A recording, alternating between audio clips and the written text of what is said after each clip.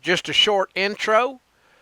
This is something totally new for this channel. I am interviewing people that lived back in times when, hey, there was no electricity, anything like that.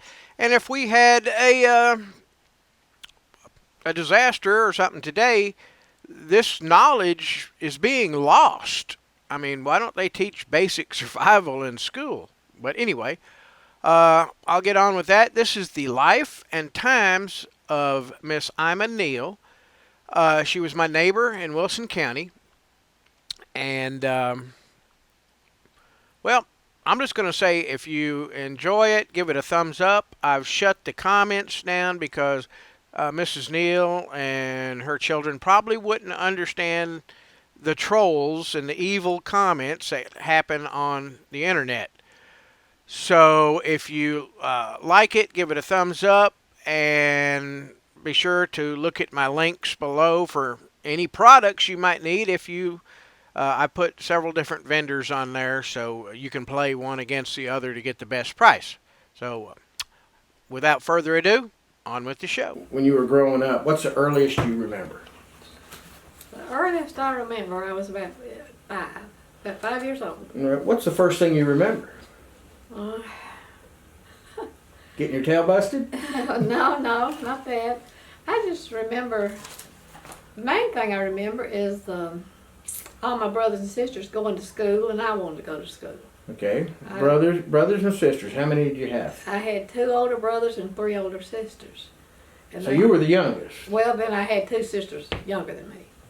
But when I just remember Charlie Swan, and Anna Maud Swan. Okay, and then the firstborn was Hugh Swan. Hugh Swan. The second And then Grace Swan. Yeah.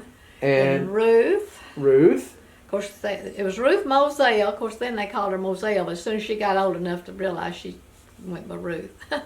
Okay. And then Charles. And then Estelle. And then I was next.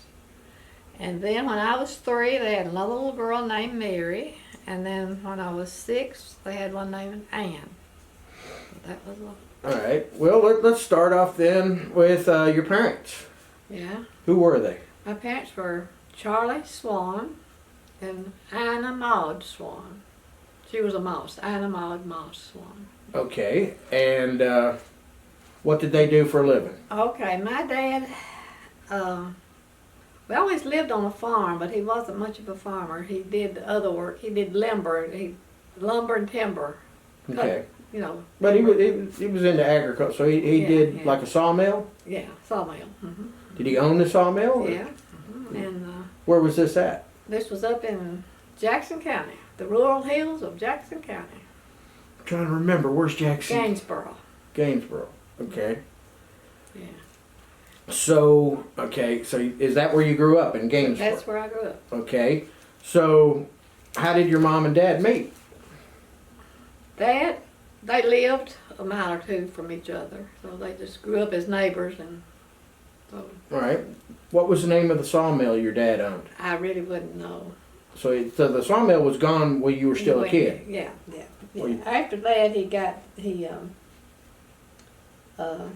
I know at one time he would cut logs and they would float them down the river, Cumberland River, to Nashville. Mm-hmm. So, he would just clear the logs off of the farms. So they still used the river for floating logs and stuff like that down? Yeah. So there was no real tugboats or barges on the river at that time? I don't remember any.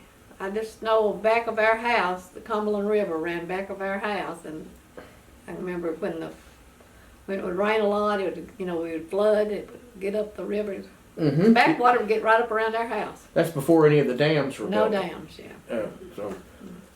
You don't remember the address of your place in Gainesboro, do you? All What street it was on? We lived in a little community right between Harrican Community and Sugar Creek. Now the name of that road is the road that goes through to Salina from, I can't think of the name. We lived back west of Salina, but it was the main road that went from Gainesboro to Salina. But, Well, the river goes right in a horseshoe around Salina, and that's why it was in the book. But anyway, we'll not go into the book. okay, and So I just remember that they all went to school, and I really wanted to go to school. So what about your grandparents? my grandparents, I only remember my grandmother Swan.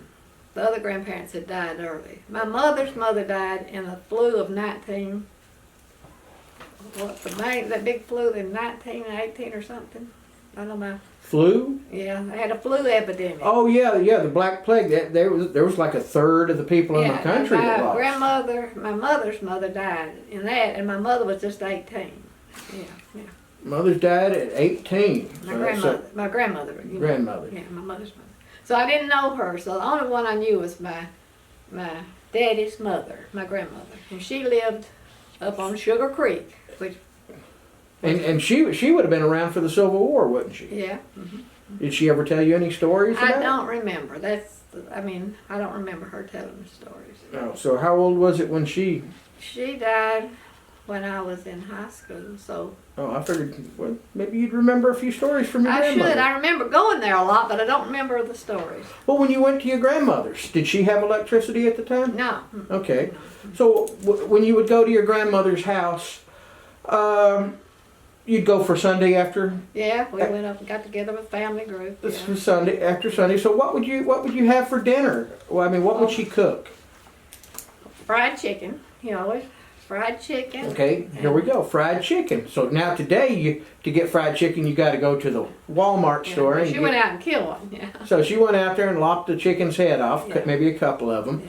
Yeah, and to fry the chicken at that time, she heated up the wood stove.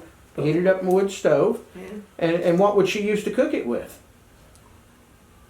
Hog fat? Oh yeah, used lots of everything was lard, pretty much. Lard, yeah.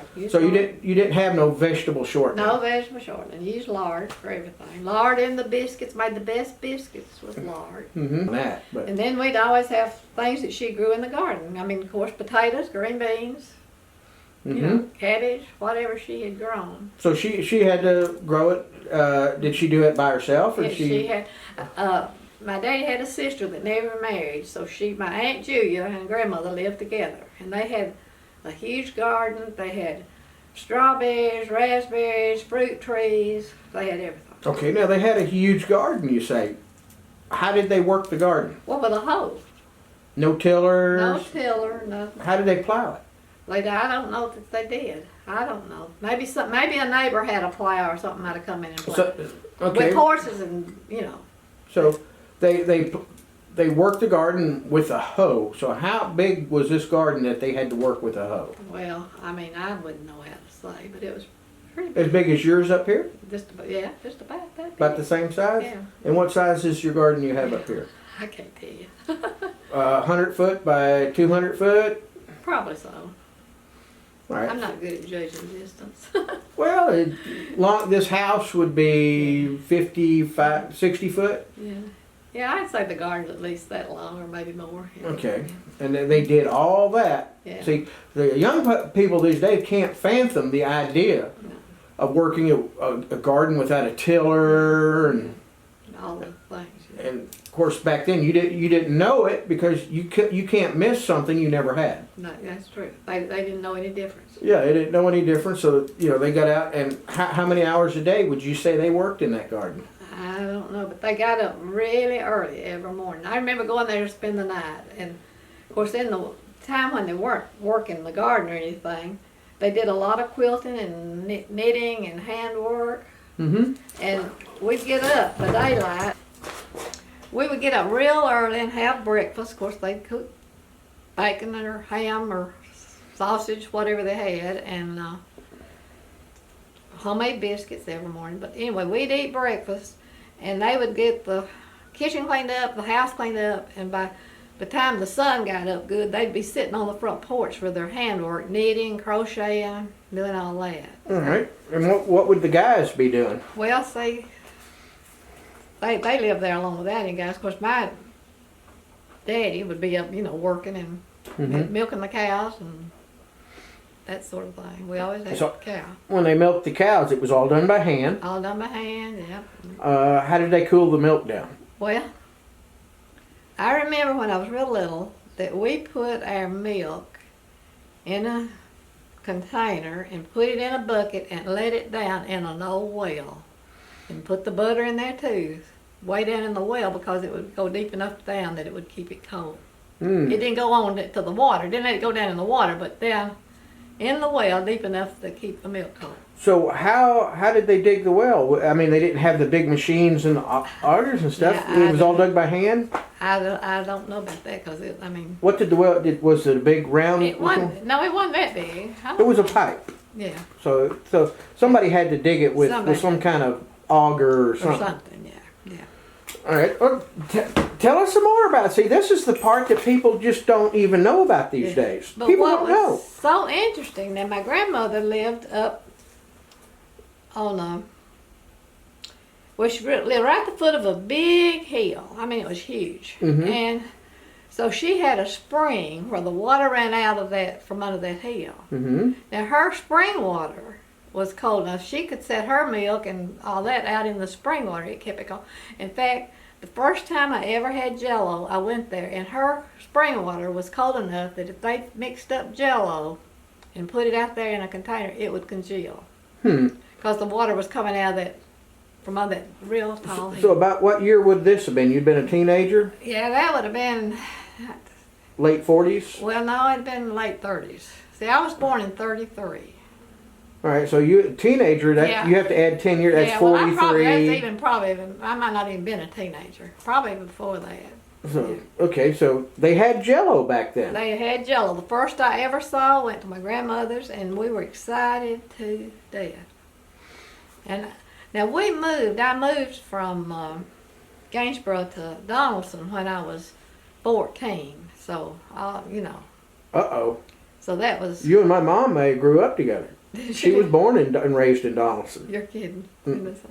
But anyway, so I just spent the first 14 years up there, but this Jell-O, I'd say it was when I was around 10, All right, so anyway, let's go back again. So what's the earliest you remember you're at your house? What did your house look like? Was it a log cabin? No, it was just a wooden house, no paint. The floors were just plain old planks with cracks in them, and no varnish, no paint, no anything. Kind of like what we see in the Depression era houses. Yeah.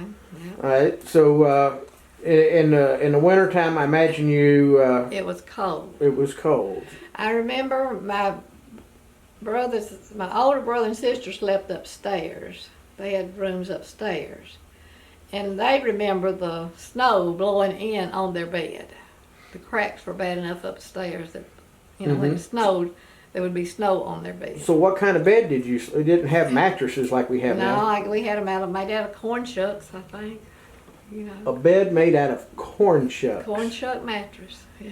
Now, And anyway, but now I got to sleep downstairs, and all we had was a fireplace, so by morning it got cold, but it was. there was no stove. You had a fireplace. No, just a Oh, I fireplace. remember how drafty those are. And then, because of course the fire would go out during the night. But usually Dad would get up real early and build a big fire before we had to get up. So your bed wasn't a corn cob, not corn cob, Corn shucks.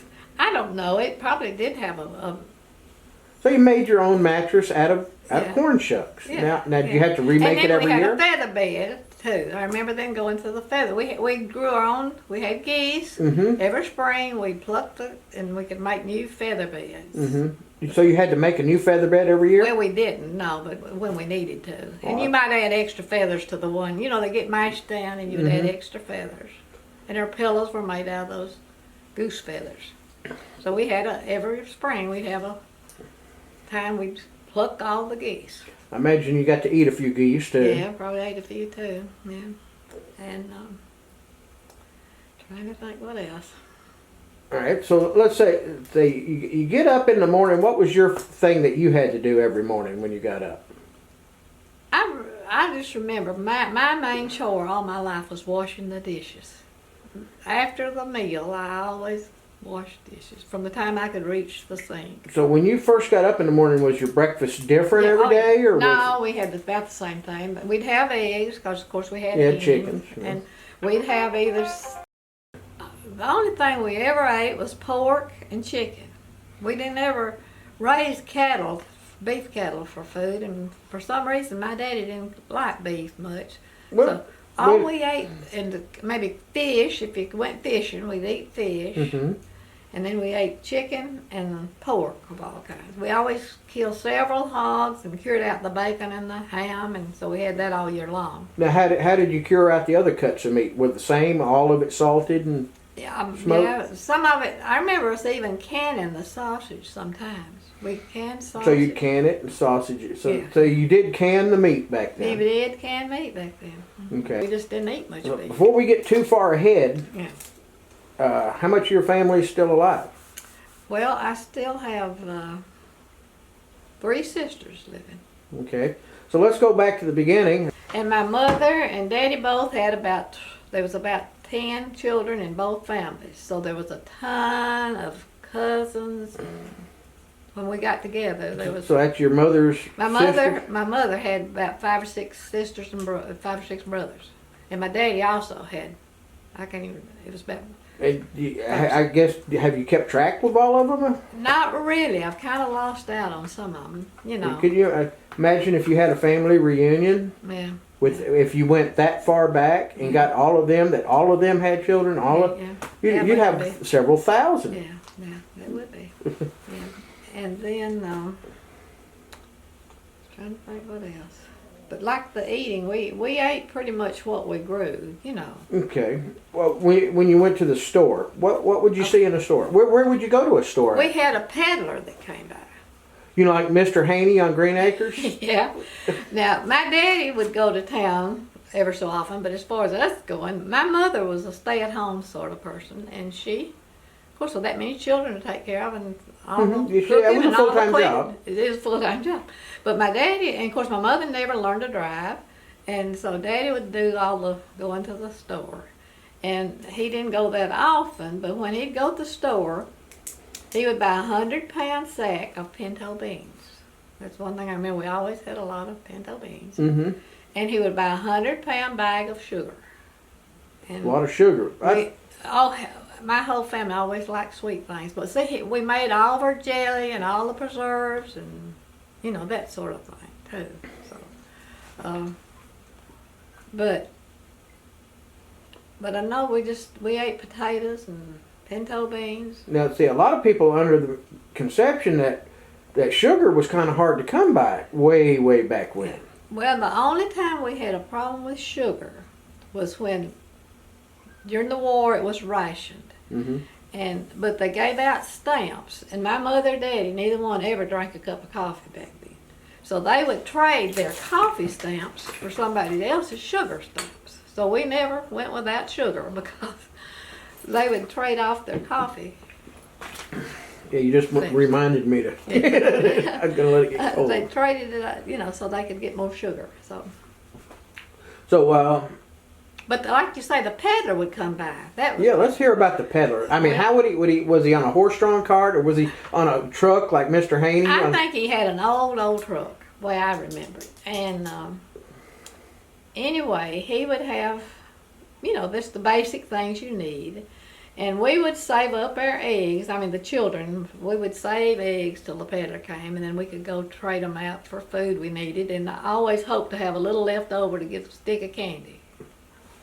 That was, you know, if you just maybe have a little left after you got what you had to have. But well, nowadays, if you go to Walmart, you see mom pushing the kid around in the cart, and they're out there grabbing off the candy. It's like you got all this candy in front of them. Yeah. And back then, you had to save up your eggs just to have it as a treat. To have a little treat of candy. Well, what about your friends back then? Did you have any friends within walking distance? Any other children? Yeah. When I remember we had 2 girls that were the same age as me and my younger sister, and we played together a lot. And we played, you know, we'd mix up mud and make mud cakes and pies and decorate them and build a playhouse on a rock and, you know, and then we cut out out of the Sears Roebuck catalog, we cut out pictures of people and, you know, made our people that were sitting, and then we'd take some pages and fold it into a couch, and we made furniture out of the pages of a Sears Roebuck catalog. So what did y'all do without video games? Oh well, we didn't know there was such a thing. So we had more fun and did more things, you know, but playing just outside. We Okay, so you building playhouse on a rock and building furniture out of paper and playing. so you had to use your imagination. Yeah.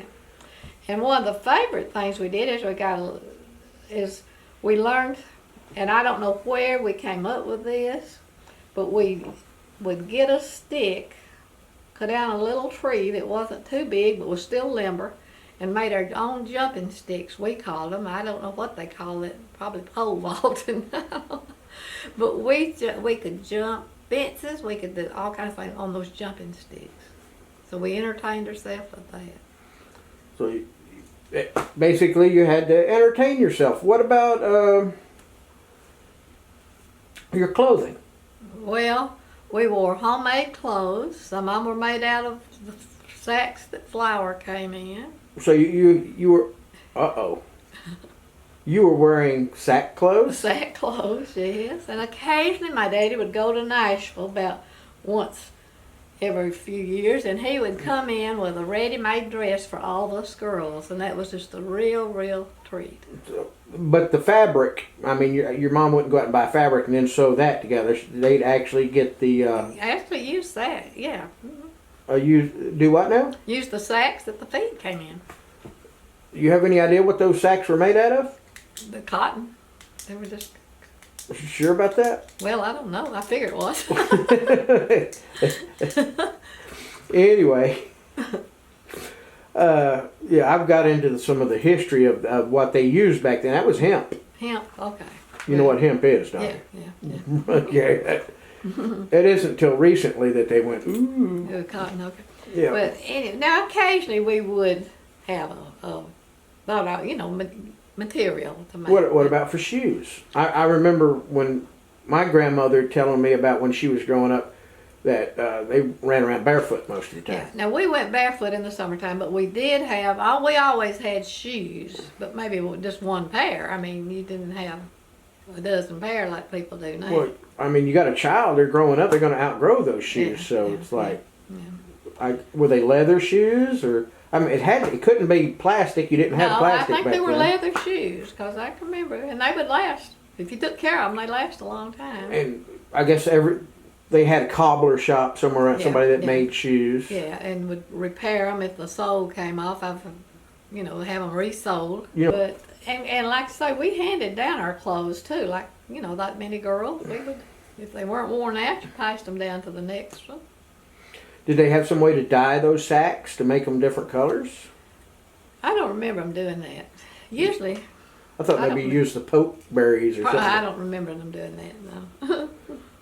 All right. So, how old were you when you moved to Donaldson? 14. So that was entirely different life then. It was an entirely different life. What do you mean? Well, I mean, we had all kinds of appliances and electric. You had electric when you moved to Donaldson. Yeah. And we got it while I was still in Gainesboro. I was about, I imagine about 10 is about the time. That would have been after World War II. That would have been, let's see, if you was in 33 and you was 10, that would have been 43. Yeah, now somewhere along in there's when we got electricity up there. We got, before we got the electricity, I remember we had our ice. We had the ice man that came by every so often. We'd get a 50-pound block of ice, and we had an ice chest, and we kept food that way. So where did they get the ice from? From Gainesboro, I guess. I don't know. But anyway, he would come by with big 50-pound blocks of ice, and we'd buy that and keep it, and that would keep things cold. But then after that, we got electricity, and then we got a refrigerator. Is that the first appliance you got, was a refrigerator? Or a washing machine? A refrigerator. Oh yeah, we didn't get a washing machine for a long time. My mother washed on the rub board for all that family for years. Yeah. So okay, when she did the laundry, what did you use for laundry detergent? She made lye soap. she made her own soap. I remember my mother making soap. And like she'd say, on wash day, she would get up early and had to heat water under an old iron kettle out in the backyard. Heat the water, and they'd start out, and my older sisters would help, and they'd wash the white things first. So wash day was like a family affair. Family affair, an all-day affair. And they'd wash, but now it was a little, I didn't have to help that much with it, but they would wash all the white things and rinse them and hang them up, and then they get on and then wait and do the work clothes last. You know, because they were colored, and maybe then they'd end up putting a lot of the clothes back in that kettle and boil them to make them whiter and to be sure they were clean. And then I just remember after they got through with all the washing, they'd take that soapy water and go scrub the front porch. So, I mean, you didn't waste anything.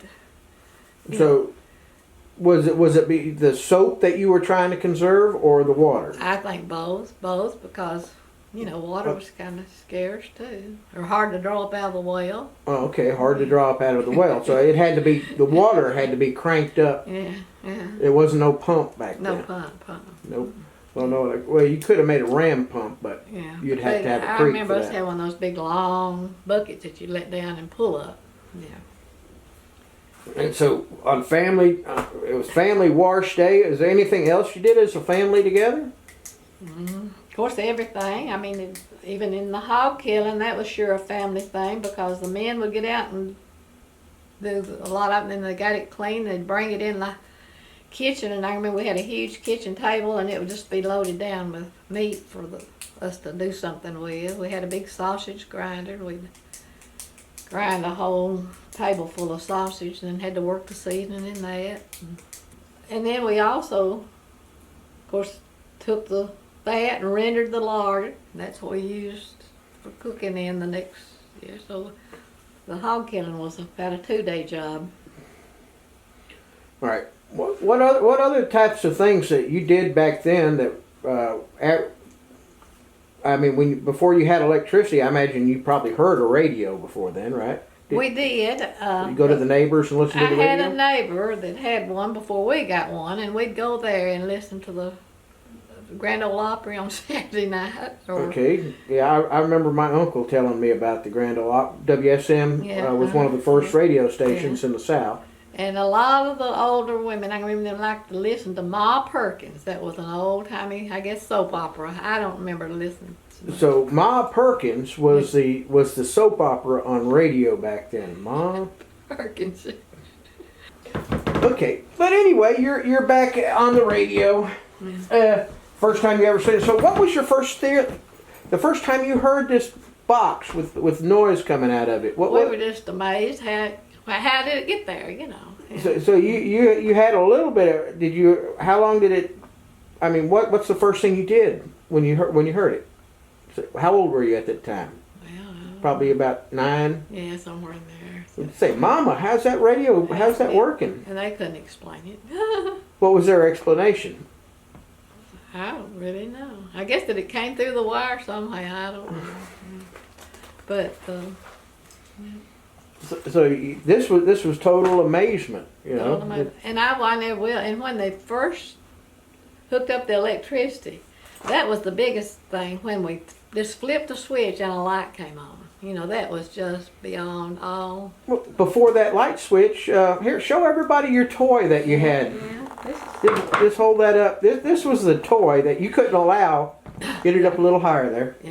Yeah. This is like the real big ones that my mother had, and so as a child, I got this little toy lamp, and it really worked. I could put kerosene in it, and so that was probably in your bedroom. In my bedroom. Yeah. So that we was went from that lamp. Then we had what was called an Aladdin lamp, and it made a little better light. But then, after the Aladdin lamp, when they did electricity, we just couldn't believe you could just flip a switch and have light instantly. So the first appliance your mom and dad went out and got would have been a refrigerator. I think that's the first thing we got. What would have been the second thing? What's the second thing you got? Let me think. Now imagine that refrigerator when they got it. What amazed everybody first? Did it have an ice maker in it? Oh no, but you could put ice in there. You could make your own ice. So it had the freezer on top. Yeah, it had a place you could make ice. It was the old type of refrigerator that if you jumped in when you was a kid and the door locked behind you, you're done for. That's right.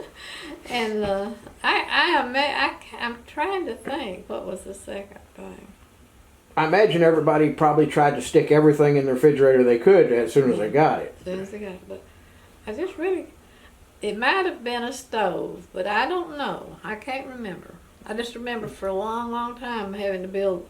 That's one of my main jobs too as a child was carrying the stove wood. Yeah. Yes. I remember my aunt would go stay with her out there on Dry Creek. They still used a wood stove even. That would have been late 60s. Yeah. Now, they had electricity. But they still like It was to the porch. Yeah. It didn't go in the house. It just had electricity. They had a wringer washer on the porch, a light bulb that screwed in, and an extension cord that ran to the radio. Yeah. And that was it. That was their electricity.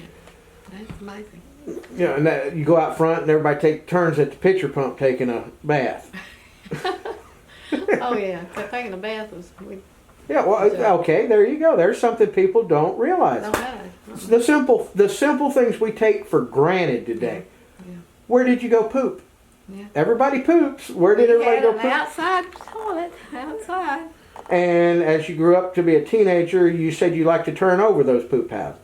Yeah, that's what that's what the mean boys would do. The mean boys would go over and turn over people's poop houses. Especially on Halloween at the schools, you know, it was always they had to do some prank at school, and that's what they would like to do, you know. I never did anything like that. No, never. But at least nothing I'm admitting to. Nothing, yeah. And okay, so in our school, I went to a two-teacher school. Like one teacher taught the first 4 grades, 1 through 4, and then another room 5 through 8.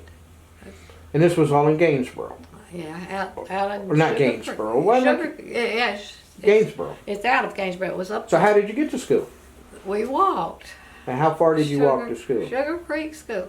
Well, I'll kind of take that. I didn't have to walk a lot because the teacher drove by our house and the teacher would stop and let me ride. So I usually rode with the teacher to school. So back and in then later on, they did have the buses that, you know, that would take you. well, back in those days, I imagine there was still a lot of horse traffic around.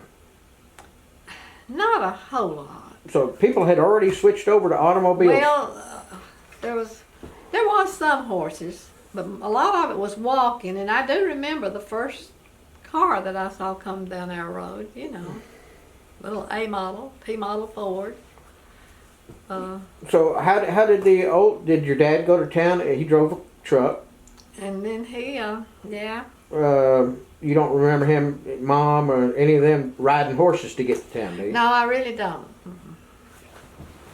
So you're far enough along that you can't go back to horse-drawn days. I really can't go that far back. All right, so But I do remember when there was very, very few cars. I mean, you know, very few. So did you ever go to town with your dad? Occasionally we would. Occasionally I'd go. And I remember loving to go to the drugstore and get ice cream. That's one of the treats of going to town. So the drugstore was also the ice cream shop. Yeah. And see, we didn't have ice cream all the time like people can now. Mm-hmm. So I'm trying to remember some old photographs that I've seen of back then. So that was basically walking to like a soda fountain. Yeah. And they probably had food there too. They did, yeah. It was the local restaurant. That would have been the Dairy Queen of the day. Yeah, probably so. Yeah. So, And I never heard of going out to eat. You know, that was just unheard of. when's the first time you seen a movie? I must have been probably about 12. So you were still in Gainesboro, and Yeah, where yeah. would you go to see a movie in They Gainesboro? had a movie theater in Gainesboro. Yeah, they did have them. And was it a talkie movie, or did it have Yeah, it was sound? black and white, but it was, you know. It had sound. Do you remember what the movie No, was? I don't even remember. Mm-mm. Okay. Well, after you saw that first movie, did you? Well, my parents were really, they didn't really like for us to go. They were kind of against, they thought that was kind of a bad thing. So they didn't really let us go much. All right. So your parents were very religious, right? Very religious. Oh, but we went to church every Sunday. That was our main focus in life, was to go to church and do what was right. And so movies and all that were really considered evil. So they probably didn't they think that about the radio too then? Well, yeah, some of it they did, yeah, but we could listen to some, but yes, you know. What church did they go to? Church of Christ. You've been Church of Christ all your life. All my life, all my parents, my grandparents, as far back as anybody knows, they've been Church of Christ people. Well, how has the church changed over these years? When you went to church, how many people were in the congregation? Well, we just went to a little rural church and probably 25 or 30 people. 25, 30 people. Did the men and women sit together? No, the men sat on one side, the women on the other side. You know, I just went to a Mennonite church and they still do that. And but otherwise, I mean, we sang and we did not have a full-time preacher. Sometimes just one of the men. We'd get up and read a chapter from the Bible, and we'd have the Lord's Supper and sing and all that. But we didn't always have a preacher. But basically, we did pretty much the same as we do today. Well, I mean, I noticed a big difference. Like my aunt, when she always went to church, she always wore a head covering. Yeah, back then. And she was Baptist, I think. Yeah. But she said even so, it was just the polite thing to do to wear. Yeah. You really dressed up and wore your very best. You had your Sunday clothes. Well, I still do, except my best is just a good pair of blue jeans. Yeah. I don't even own a suit since I gained so much weight. It's like. But yeah, people did dress. Wore their very Sunday best. But. Okay, so Church of Christ, they still do the Lord's Supper every week. But my mother always made the bread for the Lord's Supper. My daddy always went early and built a fire to heat the church. We ain't got to Tucker's Crossroads where the school's burnt down yet because of the wood stoves, but we'll get into that at another time. Yeah. See, that's what I'm saying. We haven't even got to. You're not even in. You're not even 18 yet. We're still way back when. Okay, so for breakfast you basically had biscuits and gravy, and I guess you had gravy because it's made with flour. Oh yeah, definitely gravy every meal, and blackberry jelly. We always picked lots of blackberries every. What did you do about the chiggers? Well, you just scratched. To this day, I still know chiggers. I put diesel fuel all over myself now. Yeah. But okay, so what would you do for lunch? Well, for lunch we always had potatoes. Or did you even have a lunch? Yeah, we did. We always had lunch. Of course, we call that dinner. But we had potatoes and pinto beans and cornbread. And sometimes we'd have meat, sometimes we didn't. And we'd have if we had apples, we'd have fried apples or something like that. Now, each time you did this, your mom had to fire up the wood stove, or did she just keep it burning all day? No, we had to go make a fire in the wood stove and get it started. And did you have like a summer kitchen, an area of the house that was off? No, it was it just heated up the whole house.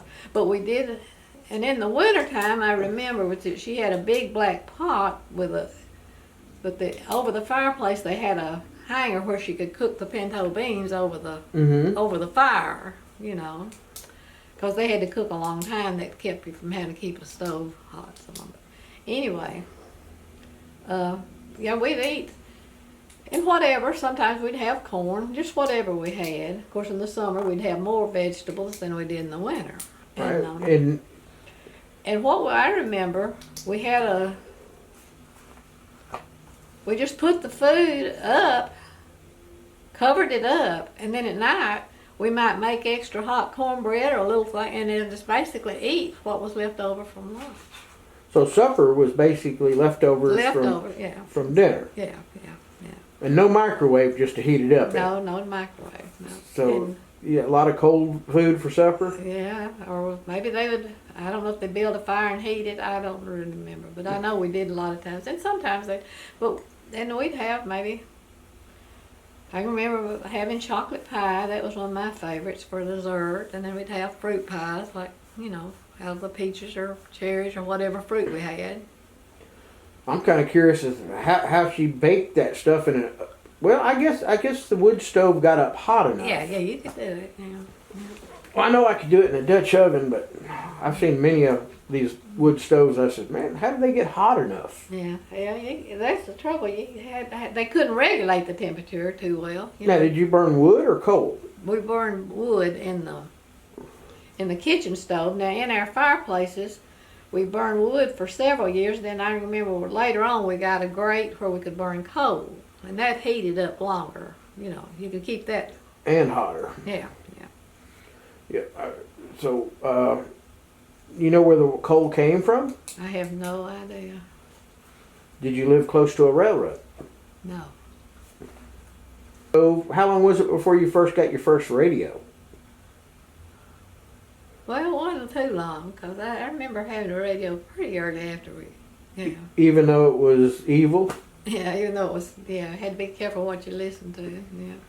So, what was the first news program you remember listening to? Did they? I know they had the news. They had like the 6 o'clock news that everybody would turn into. Yeah, I remember, but I don't remember paying much attention to it at that time. You wasn't that interested in politics. I wasn't interested in news at that time. Do you remember when the war started? I kind of do, and I had, of course, both of my brothers ended up going to the war, so that was, a real. Did you lose anybody in the war? No. And. So what did your brothers do in the war? Were they drafted or did they go volunteer? Because that was a big thing. My oldest brother joined the Navy. I mean, I guess he had to go somewhere, but he went to the Navy. And then my younger brother went in the Army. And they both, were not in any real danger. I mean, I remember us being real worried about them being gone and all. And you couldn't hear from them. It wasn't like you could, maybe it'd be months before you'd even get a letter or something, but. Oh yeah, people these days can't imagine not picking up a phone. Yeah, I can just remember how hard it was on my parents, with them going, and of course all of us with them being in the Army, but they both returned. Okay. Now, I have very vague remembrances from because I was only like 3 or 4. Well, I may not have been that. I may have been 2 when Kennedy got killed. Yeah. And I remember hoopla. I don't remember what it was about, nothing like that. But I remember there was a hoopla. So, do you remember anything about Pearl Harbor when it got? Yeah, I remember that about everybody being so excited and all that. I didn't really understand what it all meant, but it was a real big deal. And I remember in the war. So how did they hear about it? I guess we heard it on the radio. So you had radio at the time. I think we had radio at that time because I remember hearing it. And I remember during the war, they would have certain nights we would have blackouts where you had to turn all the lights out. For bombing raid practices and stuff? And even here in Tennessee, we had to... Yeah, I remember it just scared me. I didn't know. And I thought my concept of what a bomb was, and I will forget, we had this huge iron skillet with a big black lid, kind of flat. Mm-hmm.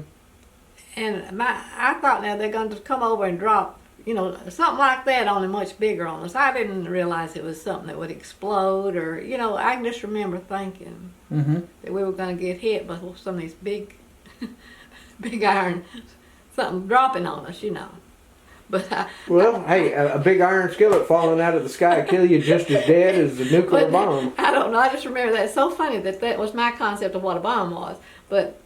And they also, during that time, I remember, they encouraged everybody to grow a victory garden. They wanted people to grow foods, and they call them victory gardens. Mm-hmm. Of course, you grew a garden anyway. We grew a garden anyway, but I wanted my own little garden. So I remember clearing off this little spot and making my own little garden, just thinking.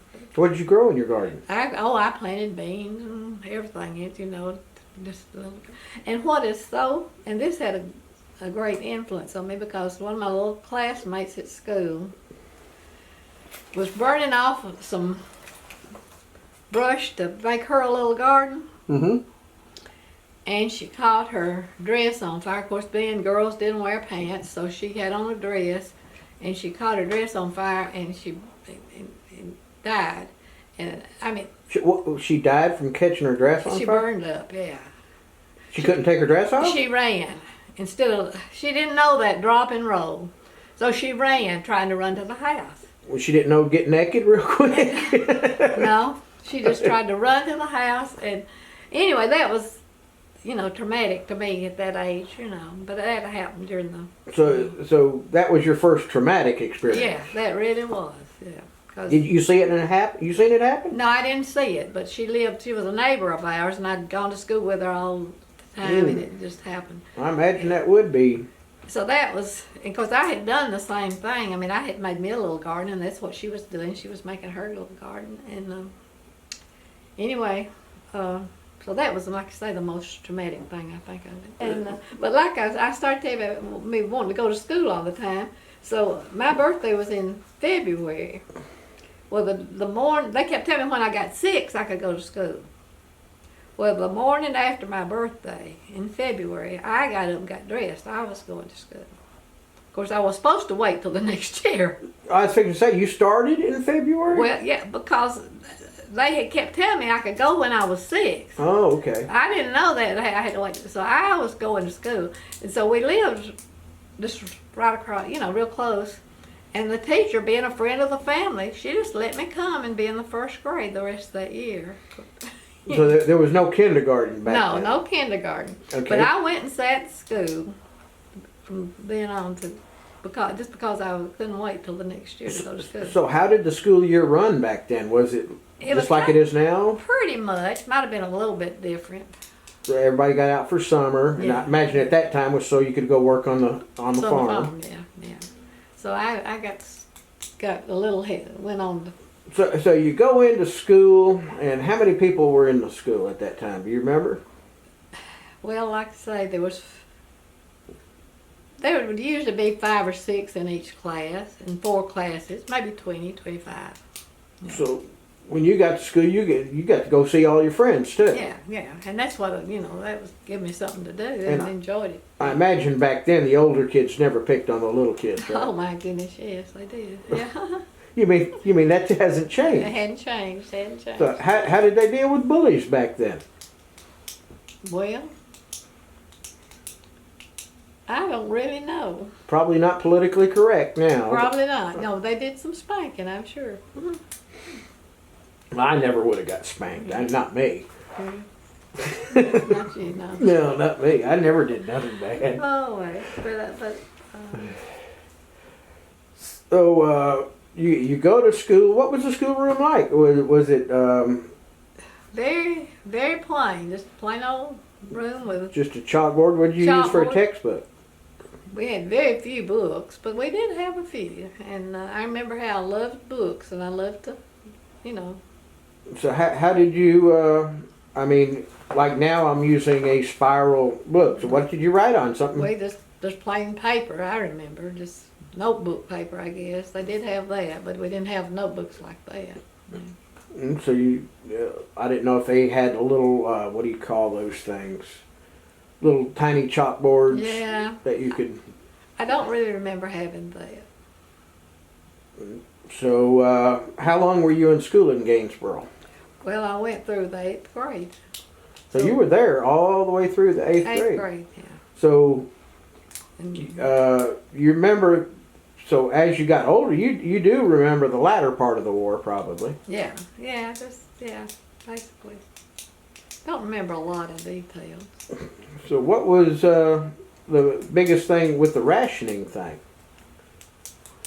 Well, like I say, our biggest concern was being able to get some sugar. Everything else we kind of, we living on the farm, you just grew enough things. You pretty much were self-sufficient. Did you do a lot of bartering?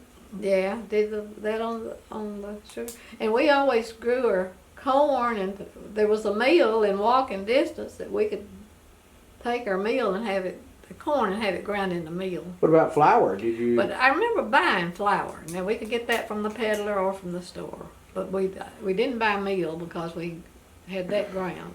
But Okay, now I'm just going to throw in there a little bit further on that. So Yeah. when your dad grew corn, what kind of corn was it? I have no idea. Was it Neil It might have Paymaster? been Neil Paymaster. I know he grew that later on in life, but I'm not sure back then. Yeah, we haven't got to the Neil Paymaster part No, yet. I don't even remember what year that was started. And okay, so we're still in the war eras now. What was the biggest significant thing you remember about the war other than Pearl Harbor? And your brothers, is there anything event that stands out? Not really. I cannot think of any real big event. How did y'all first hear about the atomic bomb going off? I don't remember. I imagine that would have been a big thing. Yeah. Japan surrendering. Yeah, it was, and I just remember the older ones talking about it, but somehow, that just really wasn't a big, I guess. Maybe I wasn't old enough. I should have really been concerned, but. Let's see, 43. But. You'd have been about 12. Yeah, and see, I should, but I don't. I just remember it being such a big deal, but I don't, Okay, so Everybody was making such a big to do about it. That's all the talk was, but. when you moved from Gainesboro to Donaldson, Yeah. what brought that on? Why move to the big city? You're going to become a big city folk now. Well, like it really goes back to my dad's mother's religious convictions. All right, well, let's hear. They Your dad, that was still Church of Christ, yeah, though, right? and we had some preachers that came up to our little country church, and they came from David Lipscomb College, Mhm. and they came up there just to get practice preaching. And my dad was so impressed with them, he wanted us to go to Lipscomb. But he wanted me to be able to go to Lipscomb to school. I thought Lipscomb was on the other side of Nashville. Well, it is, but anyway, he found this, somehow he found this farm in Donaldson, and he bought it, and it's where the dam is now, because they took his farm when they built Percy Priest Dam. Oh, this is good. Now we're getting into some good stuff, because I like to go fishing at Percy Priest. Well, now I used to live right out there where that water is now. So he bought this farm there. And, So did that flood a lot? Your farm flood when it rained real heavy? Some he had, but he had a real good field back there that next to the river that was really grew good corn and was a really good River bottom, yeah. River bottom. But anyway, so that's why we moved there, because my older brother and my older sister were ready for college. Let's see, so Percy Priest. And so we moved there, and we drove. And so since they were going to Lipscomb to college, he enrolled me in high school at Lipscomb High School. So that's where I went to high school. So we all drove in. We didn't stay in the dorm. We drove. Lipscomb was a Christian academy. Yeah, they taught Bible every day, and you had a chapel every day. So he wanted us to go to a Christian school, and so we drove from Donaldson to Lipscomb. So when's the first time you ever heard of this atheism thing? I don't know. When's the first time somebody brought up the subject that we came from monkeys? Yeah. Oh, listen. I don't even remember. I just never. They just. I was always taught that you couldn't believe what the scientists said about that. Well, every time I look at it, I start seeing what the scientists saying is agreeing with the Bible. Yeah. Yeah. I mean, the more you learn, the more you can say, well, it's just like just now, recently, the last 20 years, I hear scientists talking about time travel being possible. Yeah. Well, I look back in the Bible and say, well, God knew about this all along. Yeah, he knew. How do you think he gave prophecies to these guys? How do you think they saw what the end times? Yeah. Jesus said, I'm the Alpha, I'm the Omega, I'm the beginning and the end. Yeah. Time travel. Yeah. He can move through time just like we move back and forth through town. Yeah. He doesn't think nothing about it. I mean, it's like, And anyway, I'm getting off on On your on my tangent here, where I can see now. I can see science. well, You know, science does agree more and more with the Bible than it does. Yeah. I mean, there's people these days. Okay, your farm out there on Percy Priest Lake. Yeah. How many acres was it?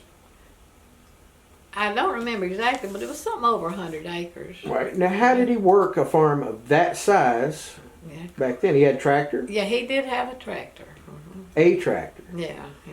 I mean, these days you gotta have a rocket ship with all these little buttons and a satellite radio in it to. And I remember he still had a horse that he worked like to plow the garden and things like that. Or was it a mule or a horse? I think it was a horse, really. But I know my uncle had a team of mules he did Mules, yeah. tobacco with. So, what did you grow on your farm? he did grow tobacco maybe 1 year, but he never smoked and never did. He never was much for tobacco, I don't think. But he just grew the garden mainly in corn. Yeah. Corn was to sell. That was your Yeah. that was your annual crop. Yeah. So you had to budget. Your mom and everybody had to budget everything for a whole year On that, yeah. off of one crop. Now he continued going back to Gainsborough some with his. He would buy big plots of lumber, and he had people up there working for him too. So he still, went back up there occasionally. So he kept the He kept the sawmill up he there. kept the saw. Did he ever sell the sawmill? Yeah, he did eventually. Yeah, Okay, but so he ran a sawmill and the farm. and the farm. Yeah. So, but when you grew stuff on that farm, do you remember how you got it to market? Not really. I mean, when you grew it all up, where did you store it at? How did you get it off the husk? I don't remember that much about it. He had, of course, we had the big barn there where they'd. Silo, I imagine, big silo. I don't remember us having a silo. Well, it had to do something with the corn. Yeah, I'm not sure. He might have just sold it when he gathered it. I don't remember all that. Really. So how did they gather it? Did y'all go out in the field with them and pick them, or? Yeah, it had to be hand gathered because I know we didn't have anything to gather. Was it like the neighbors would all get together and chip in on each other's? Of course, by that time things were really changing, like on the farm. They weren't. What was the biggest thing that changed on the farm? I guess the fact that people were getting more equipment probably is what changed more than anything. Yeah. So, let's hear more about the farm life. We want to hear about that. What when you moved to Donaldson, what was the biggest change you noticed right off the bat? Well, it was just such a change. When you went and you saw your new home from the very first, what was your first thought? Well, when we first moved down there, we lived in a big old log cabin, but we did build a new house. But we lived when we first moved to Donaldson, there was a big log cabin on the farm. Is it still there? No, it's not there. That and our house that we built and everything is underwater. It's all underwater now. But it was just it's just a big change from up in the hills of Gainsborough to Donaldson. It's like taking several years in. Mm-hmm. You just went from like one area to another. You know what I'm saying. So things were a lot more advanced. People, All right. So when's the first time you saw a television? Okay. I don't even remember when I first saw television. After the war? Yeah, it was after the war. Yeah. I cannot remember the first television I saw. You'd think I remember we didn't have one. We went to a neighbor's to see it, but I can't remember what, how old I would have been or when it was. When was television first invented? Huh? When was it first invented? Oh, it was before the War. World War II. Yeah. But they quit the development because they needed all that to produce Yeah. radar tubes and stuff like that for the Yeah. military. So it kind of took a break, and then around 46 on up, I think WSM started broadcasting their television right around the end of the war. Yeah. But I don't remember seeing one till maybe near the 50s, you know. I don't So you remember Mr. Ed, Yeah. Howdy Doody. Mr. Ed. And Leave It to Beaver. Well, that was in the 60s. Was that the 60s? Okay. I remember Liberty Beaver. I can't remember but Mr. Ed, I remember that one. Yep. I think Lassie and all like that. Now I remember Lassie was my favorite show. Yep. That's probably why you liked our colleagues, huh? Yeah. Yeah. But anyway, so we're going back to, we're still at the war. Yeah. What about the end of the war? When your brothers came home, did they come home at the end of the war or before the end? Yeah, they came on right at about the end, yeah. Yeah, Right. that was I just remember that being such a big relief, you know, when they got to come home. Well, you were in Donaldson at that time, though. Uh-huh. So, did your brothers didn't get to go to Lipscomb then? Well, both of them did. Even after they got out of the war, that's one reason my older brother that was in the Navy, that's one reason he could go, because the GI Bill helped pay his, So he'd been in the Navy for 4 years after high school, but then he did go on to Lipscomb and got a degree in accounting there. And then my younger brother went a couple of years. He never did graduate, but he did too. So when did they start building Percy Priest Lake? Well, It was in the late 50s, wasn't it? yeah, I was trying to think. I married in 57, and I remember at that time my mother and daddy still lived there, you know. So it was sometime around the 60, I guess, is when they took it. Was it coincide with the interstate coming through? Probably. I don't remember. But I don't remember exactly, because see, I'd already married and moved away when they did build the dam. So how did you meet your husband? Oh man. Uh-oh, here we go. Yeah, this is something. Okay, we went to the Church of Christ. My daddy was an elder there, and Ken, So you met in the church. Ken's brother and his wife lived in Donaldson also, and they went to the same church. So Ken came down there to visit them, and so they asked me to go with them out to eat. So in other words, I was introduced by his brother. Okay. Yeah. You know what? We're going to save the marriage part Till later. Till later. I want to make sure we get everything we can from that very first start. Yeah, okay. Because this is, like I say, it's going to take forever to get this together. Get that, yeah, it will. So that's far enough, yeah. Yeah, so is there anything, okay, when did you first get this toy here? Well, okay, that's a good little story. That, when I was 6 years old. You can go ahead and hold it if you want to. Okay, this is one of the few toys that I remember from my childhood. At Christmas time, we never got over one thing. So this was my one gift. And it was the year that my baby sister was born. And so I just... Well, baby sister was which one? Anne. Anne. And she was born on December the 19th. And of course, I never will forget how surprised I was when I went in that morning and there lay a new baby. Of course, we were all born at home, and I had no idea that we were going to have a new baby. It's different the way it is nowadays, that 2 years old people can say, well, they start telling them they're going to have a baby brother or sister. Of course, I was 6, and I had no idea I was going to have a baby brother or sister. But anyway, so on Christmas morning, I went in and I had this, and they got that. So I had my own little baby, because So anyway, it was a big deal, because I just had a baby sister born a few weeks earlier, so I was excited about getting a bed and a baby.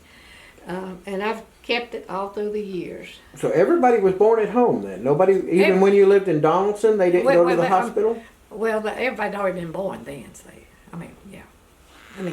Yeah. And anyway, I got that, and my younger sister got a doll with a little carriage, so we both got a baby. But usually at Christmas, we were excited to death with just getting a big thing of fruit, because we didn't have fresh fruit and all that all year long, or candy either, but just having candy and fruit was a big part of our Christmas. Oh, And we'd always get maybe one little toy. Speaking of the fresh fruit and stuff, let's go back to the grocery store. When you went with your dad to the grocery store, do you remember what was on it? I mean, it ain't like today where you got this big line of tomatoes. No, it was very, very skimpy compared to what you see today. What was it like if you went in winter when none of the gardens were in thing? Was there any way to get anything fresh? No fresh things. It's all just canned, pretty much. Canned or dried. Even the stores didn't have? Yeah, didn't have it. No, not out in the rural areas. They sure didn't. And but we were just, and I remember one Christmas we were so disappointed.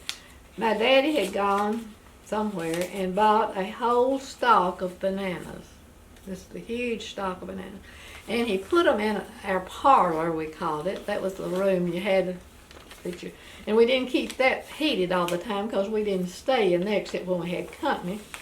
And so it got so cold one night that he went in there to check on the bananas, and they had frozen and, of course, ruined that whole stalk of bananas. So we didn't have any bananas for Christmas. So we were real disappointed. Must have been interesting how the bananas got up here for Christmas. Yeah. Yeah, but that's the only time like we had. It would have had to been a train. Yeah, It had to come on a train. But I just remember it was that cold in our house that the bananas froze. But like I say, Christmas then was nothing like. And birthdays, we didn't expect a big to do about birthdays. I just get amazed now how kids, Would you say they're spoiled now? I'd say they're kind of spoiled. Yeah. Of course, maybe I was just. I don't know, abused or neglected or something. Well, I don't know. I think I tell people, to this day, they say, well, I'm going out with the kids to what do you call it, Disneyland or Disney World and stuff like that. I said, why don't you take them out primitive camping for 3 or 4 days? Yeah. Go out and live on the lake with nothing but your kerosene lamp, no electric, no little things to go. Yeah. Oh no, I couldn't do that. The kids would go nuts. I mean, I see parents these days that I got to have that video thing in the back of the car so the kids will shut up. I know. You know what? My mom and dad, their idea was to get me and my brother to shut up. They'd reach around back here with a belt and pop us with it and shut up. I know. It's a different world with children, but Yeah. no, we had very little, but we were happy. Other people that basically had the same thing, and we didn't know we were missing out on anything, and we just enjoyed what we did have, and it didn't take much to really make us happy. Well, I find that the sad part about it today is that people are so far gone from that if a disaster happened, because I drove truck down Katrina. Yeah. When Katrina happened, Yeah. all those people, they didn't know what to do. Yeah. They were all huddled up in that what do you call it, the football stadium. Yeah. And they're waiting for the government to drop water on them, Yeah. And then they'd shoot at the gang would shoot at the helicopters, bringing the water Supplies, in. Yeah. They lost their minds. Yeah. They didn't know how to do anything for themselves. Yeah. That's the sad part, really. There being moonshine up in the hills, In Gainesville area. in the Gainesville area. Yeah. What about around here? Were there No, I any never shine heard runners? I never did hear any about any around here. Nobody was making shine around this area. Not that I know of. But up in the hills of Gainesboro, I'm sure they were. How did Lebanon get the name Little Chicago? I don't know. You think that's how? Huh?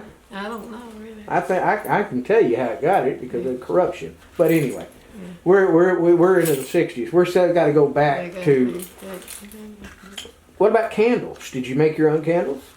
No, we didn't make our own candles.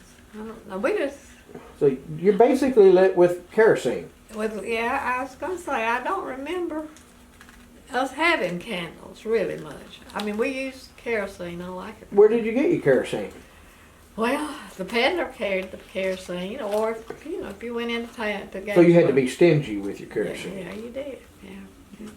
So what time would you get up? You'd get up before daylight. Yeah. So what was your alarm clock? The rooster, I guess. So when the rooster crowed, literally, that was your. That was your. I just, and I think you just automatically woke up when it started getting light. What about going to bed at night? Well, most people went to bed early. My daddy always said early to bed and early to rise. Right, now in the summertime, that would be like 9, 10 o'clock. Mm. But in the wintertime, Yeah. And you'd have been sleeping for 12 hours. in the wintertime, I remember we enjoyed playing games a lot. What kind of games did you play? We moved from time to time. At one time, Let because me check. when I was real young, my daddy didn't own our homes. We'd rent a lot. And so we would move to this place, and they'd have a beautiful grassy yard. I mean, by the time the first summer was over, there'd be no grass because we played all the time in the yard. We played ball, and there was a lot of us, and then all the time the cousins and the neighbors came in, and we just played. We played with what we call, wasn't really softball, but was similar to that, but we played with a little rubber ball. We played ball. We played marbles, where you made your little holes and we'd have a marble court. It's kind of like... That's something I never learned is marbles. Oh, I used to play marbles all the time. And then we played Annie Over. What? Annie Over. What's that? It's a game where you it was a rubber ball, and you divide up in groups. One would go on one side of the house, one on the other, and you would holler Annie Over, and you threw the ball, and the ones on this side had to get the ball, and then we had to swap sides, and whoever they could hit with that ball before they got over there had to go to their team. Is that, and then... So let's put it this way. If I'm on this side of the house and you're on that side of the house, I'd throw the ball over. And holler Annie Over. Yeah, so and they you know it would was catch coming. the ball. Catch the ball. Or if you couldn't catch it, you had to run and forget it. Uh-huh. And then you run around and try to hit as many people as you could before they could get on the other side. And you see, they didn't know which... Like, some on this side would go around both ways. Well, they didn't know who had the ball. But you tried to, everybody you could hit with that ball, then they would be on your team. And you kept doing that till one team got everybody on their side. And who invented this game? I have no idea. It may have been invented by my family. I don't know, but we all played that annually. And you can imagine all that running. Well, it could be a new game. We're inventing a new game. I bet you look it up, you'll find it, because everybody back then played it annually. Okay. And then another one we played was Kick the Can. You've probably heard of that. Isn't that what the government does with our debt? We keep kicking the can down the road. I don't know, but you put a tin can on a stump, and you kicked it off, and everybody had to run and hide before somebody could find that can. I don't know. I don't even remember all that. Was that hide and seek or kick? It was kind of like hide and seek, but it was kick the can. So in the wintertime, what did you do? What kind of game did you play in the house? Winter, now, and this may surprise you, we played rook. Even though, now my daddy would not let us have cards that are called playing cards that had because he thought people gambled with them. So Well, you can. We couldn't have those, but there's a card game called rook, and my daddy loved to play it. We all played it. Now your daddy, his name was Charlie. Charlie. Yeah. And Well, what was his education? How did he grow? Oh, he didn't get through about probably 7th. I mean, I don't think he finished 8th grade. Well, he knew how to read and write. Oh, he knew how to read and write. He was self-educated. Right. He could do math faster than any of us that had a college education. He could do it in his head faster than we I had could. an uncle like that. I was wondering, And as we went to school and learned things, he learned from us. And my mother did too. They neither one had an 8th grade education. I was wondering where he got the idea that all this stuff was evil from. I mean, Yeah. because I read the Bible too and listen to it every night. I'm trying to where does this evilness come from? I don't know. But he just. I mean, there must have been somebody telling the people it was evil back then. Where did that come from? I mean, I don't know. I mean, of course, he just knew. I guess I don't know. I don't know if he knew people that I don't know. Maybe he'd been in a casino and seen them using cards. No, he'd never been anywhere like that. He'd never been out of Tennessee, and at that time, I don't know. He just, I guess he'd heard of it somehow. I don't know how. But, Well, that's what I was wondering. Where in the world did gambling become evil? yeah. We all gamble every day. Yeah. We But gamble every somehow- time we walk out the door. Get in the car, it's a gamble. But anyway, we played Rook. We played Monopoly. I remember They had Monopoly back then. they had it before. I remember before I moved to somewhere back in my early childhood, we played Monopoly. Let's see, I remember when it was first started. I remember when we got our first Monopoly. Monopoly, and then Rook. Chinese checkers. We played a lot of Chinese checkers. We played Hully Gully, where you took the corn or... I remember going to my grandmother's and we'd sit up there and play Hully Gully. You get a handful of corn and shake it. The other person guesses how many you have. If they guess it, they get the corn. If they miss it by 5, then they have to give you 5 grains, so you get more. And so we used to play that, Hully Gully. And we had and my grandmother's, they had some kind of an old board game they called Fox and Goose. I remember we played that where you... The old board game was named what? Fox and Goose. Yeah, you'll have to look up and see if you can find that on anything. Fox and Goose. And another thing at my grandmother's, we would sit and play these games, like the Hully Gully, where you guessed how many corn you had. And they popped popcorn in a little wire basket over the open fire. But they had a little wire corn popper that you could hold over the fire and popcorn. I remember just eating that. Well, popcorn back then, I guess that would have been like the candy of the day, wouldn't it? Yeah, yeah. What about honey? Did you ever get any honey? Yeah, because my daddy, I had beehives. That's another thing he always had, was beehives. Yeah. And my grandmother did too. I remember her putting on that outfit over her head and robbing the bees. So you were born into a sweet tooth family. Yeah, I was. I really was. Anybody in the family have diabetes? No, and don't know a family member that had diabetes. But we always ate pot. I said my daddy would even sweeten anything he ate. He put sugar on there and everything. Back at your grandmother's house now, Grandpa had already passed by that time. Yeah. What did he die from? I really don't even know. I don't know. My grandfather on my birth grandfather on my dad's side was shot Yeah. on a railroad thing. They were ruffians back Yeah. then. Oh man. They were shot on the I railroad. really don't know what he just died, I guess, of old age. I mean, of course, he wasn't very old, but back then they didn't bother to go to the doctor a lot. They say you could have dropped dead from cancer back then. You wouldn't have known you had cancer. No. So they just don't know. What did they do for medicine back then? I If don't it tasted bad, it was good. they use castrol and just home remedies more than anything. I don't remember So, much better. I mean, if somebody got an infection when they were little, what happened? I mean, you got a cut. What happened when you got a cut? I know you scraped your knee, so you just kind of clean it with soap and water. I mean, I don't remember putting that. I do remember we had something called iodine. Mm-hmm. Iodine. And we'd use that. And I guess that's about the only thing I remember.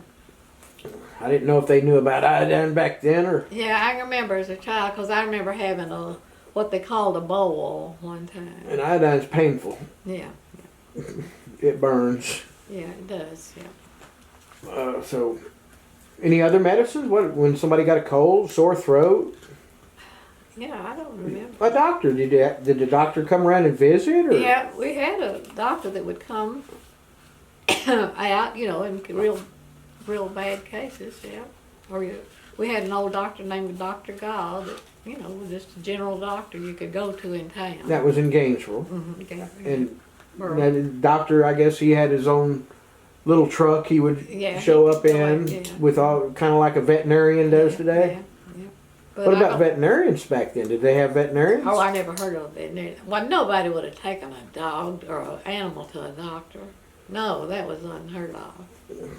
So you basically wormed your own dog. Yeah, you did. And if they got sick, they died. There's a dog. You didn't think about it. Nobody would have considered taking one to a doctor. I don't know. You didn't think dogs didn't train their dogs back then? Well, I don't remember anybody that would treasure a dog enough to take it to a vet. Well, I'm talking about training. No, I don't. You didn't like train a dog to go No. be a guard dog. You didn't train them to. No, we attack. didn't. I don't know anybody that did. You know, there might have been some that did. That's like my little dog. She's trained. Yeah. She'd bark at anybody goes by that car out there. Okay, so we didn't. So dogs. What about cats? You just had them as pets, but They- you know, if one got sick and died, it was just a cat. You didn't Well, really. the cats wasn't. You didn't keep them in the barn to You keep the didn't- No. rodents out of the corn just- crib. And You stuff. just let them run free, but like I say, so they would eat the mice in the barn, but you didn't consider them. I mean, people just didn't consider pets like they do now. They don't consider them work animals back then. No, not really. So did you have a horse back then? No. My daddy did have one, but we never rode a horse or anything. But he had, you know. So where did Perry get his fascination with horses? I'll never know. I'll never know. I don't know. But he, you know, ever since he was just little, he had a fascination with horses. Because his daddy didn't like horses that much. Because So Ken didn't like horses. No, not much. Because he remembered having to work them when he was a young kid. Well, we'll get into Ken later. We're still. I'm still trying to go back to the early days. Okay, so let's see. I already talked about the radio show, Miss Ma Perkins. The games. You don't remember television too much. Okay, what else can you tell me about Gainesville? Is there anything you can remember about Gainesville area? What were the people like? I mean, okay, the church. You went to church every Sunday. Was there Wednesday churches back No, then? we didn't have it Wednesday. We didn't have it Sunday night. It was What just about Sunday. community meetings? Did you have like the Grange back then? Not up in that area. We had it here after I married, but no, we never did have that up in that area. In Gainesboro. Fox.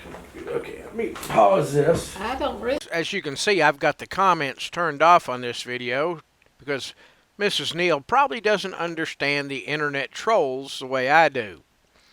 So if you like this video, thumbs up. I'll put a part 2 up. I thought it was important to, hey, this is living history right here. We're going back in time and seeing how things were before the internet.